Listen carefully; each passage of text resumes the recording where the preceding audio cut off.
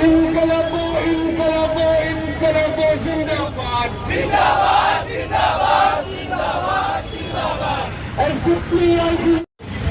ये सरकार ने हमें मुसलमान वो रमजान का तोहफा दिया है ये बोल के कि तुम रमजान में प्रोटेस्ट नहीं कर सकते।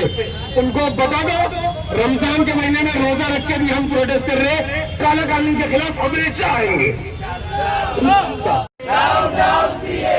बोयकॉट बोयकॉट सीएए, बोयकॉट बोयकॉट सीएए, बीजेपी मुर्दाबाद, बीजेपी मुर्दाबाद, मुर्दाबाद मुर्दाबाद। एसडीपीआई का नारा है सीएए मुर्दाबाद, सीएए मुर्दाबाद, काला कानून वापस लो। में इंडियन कॉन्स्टिट्यूशन ये कहता है राइट टू इक्वलिटी। अब राइट टू इक्वलिटी क्या है? राइट टू इक्वलिटी ये है कि यहाँ सब बराबर के हकदार हैं, किसी को भी उनकी मजहब गोरा काला अमीर गरीब देख के नहीं दी जाएगी। कोई भी इंसान कानून को तोड़ के बात नहीं करेगा, सब कानून के दायरे में रहकर काम करेंगे। ये आर्टिकल 14 में है, कोई भी कानून को तोड़ के बात नहीं करेगा। लेकिन आज मोदी गवर्नमेंट ये कानून को तोड़ के कॉन्स्टिट्यूशन के खिलाफ जाके नए नए कानून को ला रही है, आम आदमी के लिए नए नए कानून को ला रही है, जो बहुत ही गलत है क्योंकि आर्टिकल 14 का उल्लंघन कर रहे हैं ये लोग।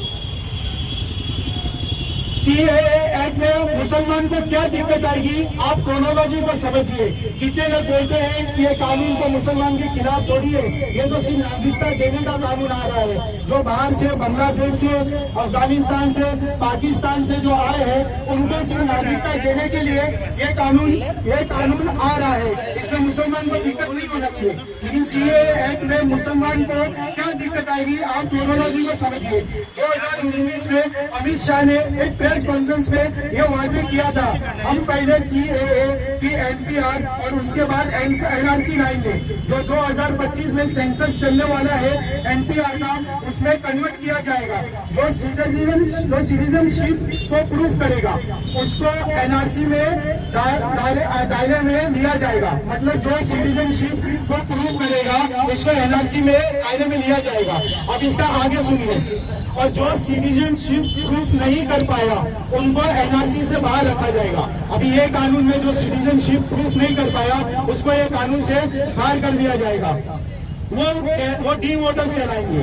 तो आप क्रोनोलॉजी को समझिए। जो लोग सिटीजनशिप से बाहर हो जाएंगे उनको सीएए एक्ट के जरिए सिटीजनशिप से कानून दी जाएगी, सिटीजनशिप दी जाएगी। मतलब जो पहले बाहर हो जाएंगे उनको ये कानून से सिटीजनशिप दे दी जाएगी, सिर्फ मुसलमान को छोड़ के। तो ये कैसा कानून है? अगर आप मुसलमान को भी इसमें ले रहे हैं तो प्रोटेस्ट करने की जरूरत ही नहीं है। आप इसको इतना साफ आप बोल रहे हैं कि मुसलमान को छोड़ के। क्या मुसलमान ये देश का हिस्सा नहीं है? क्या मुसलमान ये देश को आजाद नहीं कराएगा? आज भी इंडियन गेट पे आप देखेंगे कई हजारों शहीदों का नाम, फ्रीडम फाइटर का नाम इंडिया गेट पे लिखा हुआ है। इनको हिस्ट्री पढ़ने की जरूरत है, वो वहाँ नजदीक रहते हैं, इंडिया गेट पे जाके उनको नजर डालने की जरूरत है। बाकी सभी लोगों को सिटीजनशिप का प्रोविजन है। ये सिटीजनशिप को प्रूफ सिर्फ मुसलमान को नहीं, SC, ST, OBC, backward communities, minorities को दिक्कत आएगी। अगर हम ये कानून के एक्ट में नहीं बैठे तो हमको सिटीजनशिप प्रूफ करने के लिए हमको बहुत बड़ी दिक्कत आने वाली है। सिर्फ मुसलमान को नहीं, माइनॉरिटीज भी, बैकवर्ड क्लास भी, उनको भी ये चीज के लिए दिक्कत आने वाली है। 2019 में इंडिया गवर्नमेंट ने सुप्रीम कोर्ट में एक एफिडेविट डाल चुकी है, ये आप लोग गौर करिए। 2019 में इंडिया गवर्नमेंट ने सुप्रीम कोर्ट में एक एफिडेविट डाल चुकी है। वो एफिडेविट के जरिए से आपके Aadhaar card, ration card, voting ID, ये तीनों भी आपके सिटीजनशिप प्रूफ को डॉक्यूमेंट्स नहीं है। क्या एफिडेविट डाले हैं? आपके आधार कार्ड, आपके राशन कार्ड, आपके वोटिंग आईडी, ये आपके सिटीजनशिप को प्रूफ नहीं करेगी। ये सिर्फ एक आईडी कार्ड होगा, आपका आइडेंटिफिकेशन कार्ड होगा। तो जब ये चीज अगर प्रूफ नहीं हो रही है तो आज हमारे इतने साल से आपने वोट वोट्स लिया, आज आपने इतने साल से हमारा टैक्स पैसा लिया, आज इतने साल से आपने हमसे काम लिया, सब कुछ लिया, आपने इतना सब कुछ पैसा लेने के बाद आज आप बोलते हैं कि दूध में से मक्खी निकाल के फेंक दो, तो ये कौन सा तरीका है? अगर आप बोलते हैं कि ये डॉक्यूमेंट्स प्रूफ नहीं है सिटीजनशिप का, तो फिर आप हमने जो आपको वोट दिया वो भी प्रूफ नहीं है, फिर वो वोट भी वैलिड नहीं है, फिर आपकी सरकार से गिरना चाहिए। जब अगर आप ये कानून ला रहे हैं तो वो चीज भी लागू होना चाहिए। तो आप सिटीजनशिप कैसे प्रूफ करेंगे? ये बहुत बड़ा मसला है। प्रूफ करने के लिए बहुत सारे लाइन्स है और डॉक्यूमेंट्स देना होगा। अगर मुसलमान को ये कानून के हिसाब से डॉक्यूमेंट्स प्रूफ करना है तो बहुत सारे डॉक्यूमेंट देना होगा। ये कहा कि पॉलिटिक्स को समझिए, ये सीए की पॉलिटिक्स को समझिए।